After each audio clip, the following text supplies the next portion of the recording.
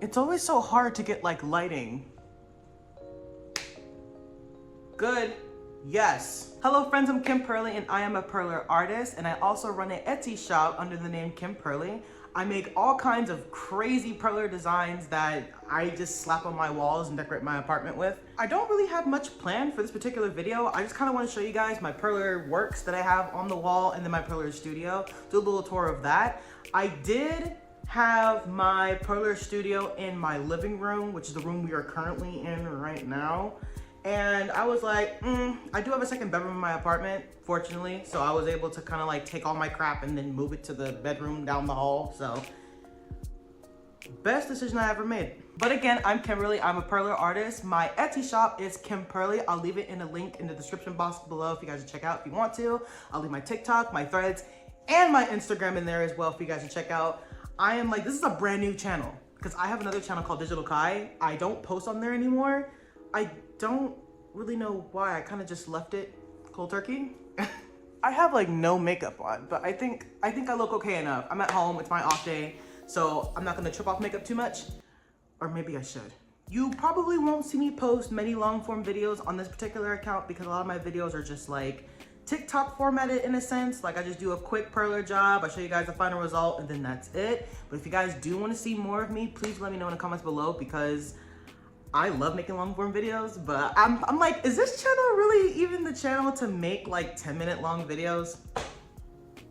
Is it? But without any more yipping and yapping from me, let's look at my Perlers I have on my wall and then let's check out my studio. I have shiny Gyarados, and Gyarados, this is my favorite, oh my goodness. But in any case, I used a lot of blue for this particular wall, so a lot of my blues are very low, which sucks. Right here we have Mr. Mime. He came out a lot better than I thought he would. I always have like anxiety when doing Perlers like this where it's like kind of detailed, but he came out really, really good. Over here we have Clefairy. I hope I'm saying his name right.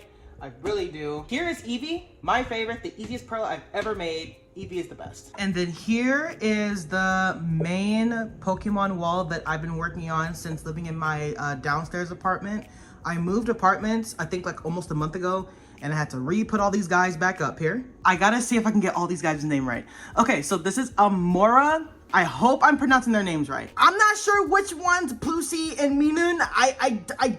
I don't remember. Then I have Arcanine, one of my favorites. He came out really cool. I think on the back of him, I made him shiny. Actually, let's see.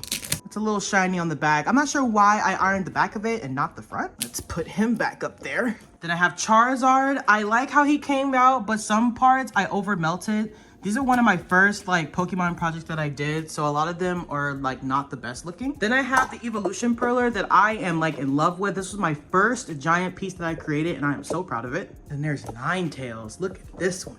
So much pretty blue was used in this guy. I absolutely love it. Then there's Mini Piplup, just a little fun project I decided to do. Something quick and easy. I actually ironed this one all the way down and you can just see how pixelated it looks. Freaking nice. And Eevee, one of my favorite ones. I think this one was created with one of my first Pokemon sprites that I did. I was so proud of him when I finished, and I still am. Then we got Bulbasaur, heck yeah.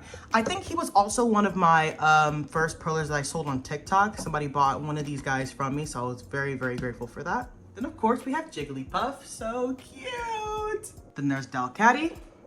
Ah, it's that purple. It's just, she's just eating. She's eating the purple. She's eating. Then there's Primal Kyogre.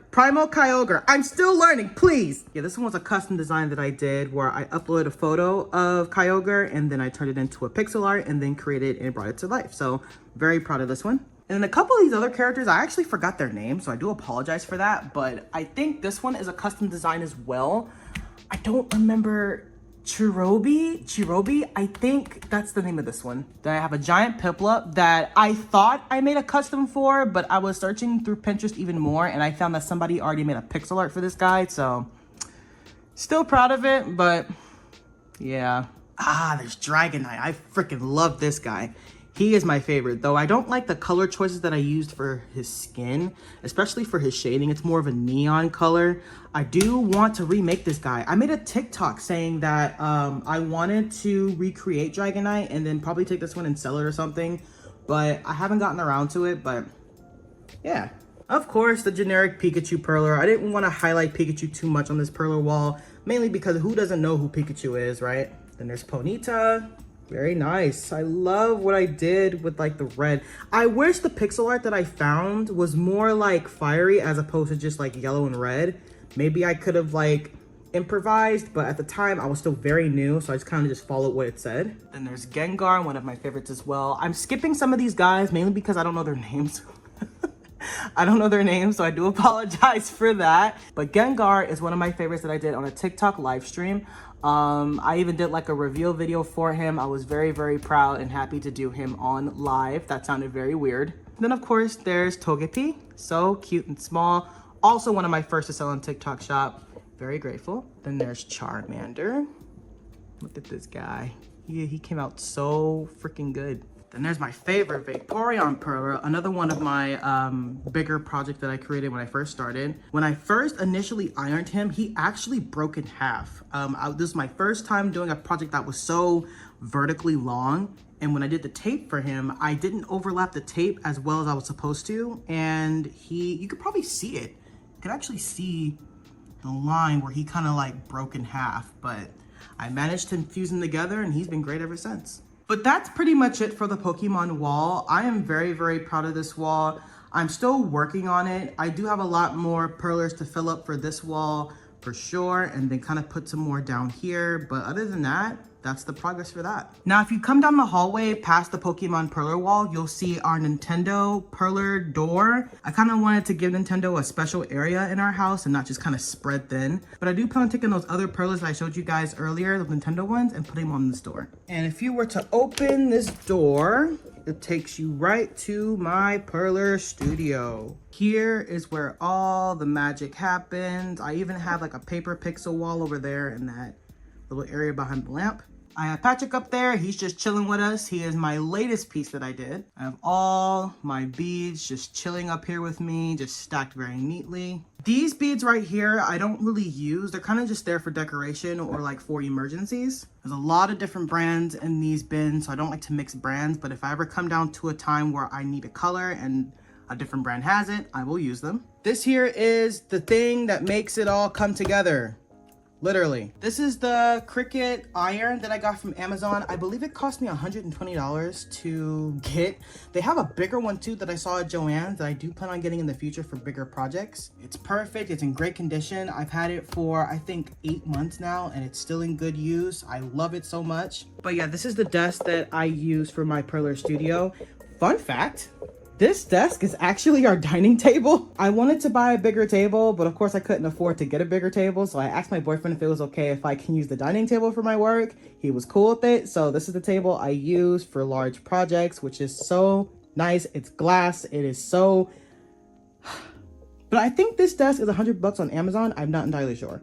And then over here, I have more beads that I have for storage. But this set right here is what I will always dig into first before I dig into any of these guys that just kind of sit up there for decoration. These guys as well, these are like my backup storage that I keep for decoration and then just to use if I ever need them. In the bookshelves, I have more backup beads that I need. That is my primary black bin, but everyone else is like a backup emergency beads. And if you come down here, we got more beads, a lot of backup beads. Down here are my mini beads. I never use them. I just keep them in case I want to make a pair of earrings or something, which I never do. Down here, I have another emergency set of 5mm beads in case I run out of a certain color in the Perler brand. And of course, in this little area here, I have some, I think it's fuchsia. Let me double check.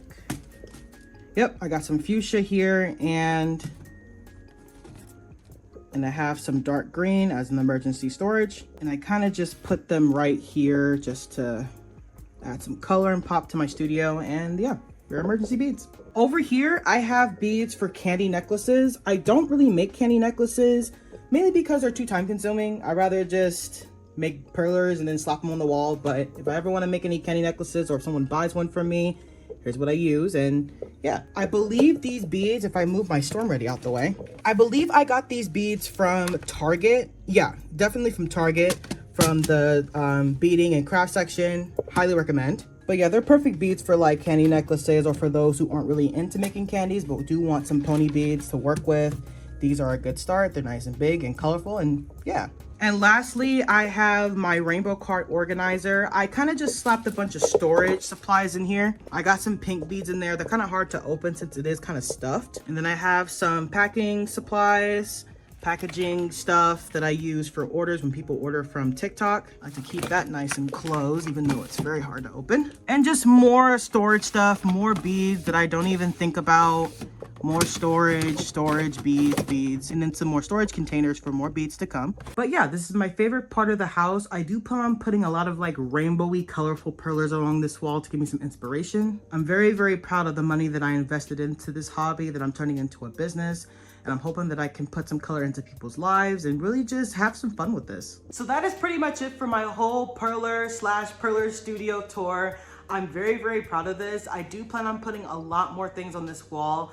My living room is going to be darn near a Perler museum. I am so excited for what's to come with this and my business itself. And being able to make long form videos to show you guys personally who I am and what I want to do with this is also another big step in making this a big thing. It's always exciting to find new hobbies to do, and then like one day you get that idea in your head like, oh, maybe I can make this into a business. And so I'm hoping that I inspire some of you guys to get into purling yourselves, because like I said, it's a very fun hobby to do. Yeah, it's going to be a business for me, but even when I'm not filming, even when I'm not, you know, thinking about content or whatever, I do it for fun. I do it to make my apartment look super cool and unique. So I recommend doing it just for the fun of it. But if you guys want to check out my Etsy shop, it is in the link in the description box below. I am super excited to post more long form videos, because a lot of my videos are just like me making perlers and not showing my face or talking much. But on the contrary, I talk a lot, and once I get comfortable, I'm a yapper. So that's what I want to do in the future. I may not make many long form videos like back to back or like every single week, but I will be doing a lot of studio tours and Perler tour updates for you guys. But I will be posting shorts every single day, or try to every single day, since I do work a 9-to-5 job, to keep you guys updated as far as that, but in little itty bitty bits and pieces. So stay tuned for that. But if you guys are new here and you just happen to click on the thumbnail for this video, thank you so much for taking some time to look at what I have to offer to YouTube. And I hope you guys stay for a long time, because that's where I'll be. But yeah, with all that being said, I'll catch you guys in my next video. I cannot wait to just make this into a huge thing. I am so excited.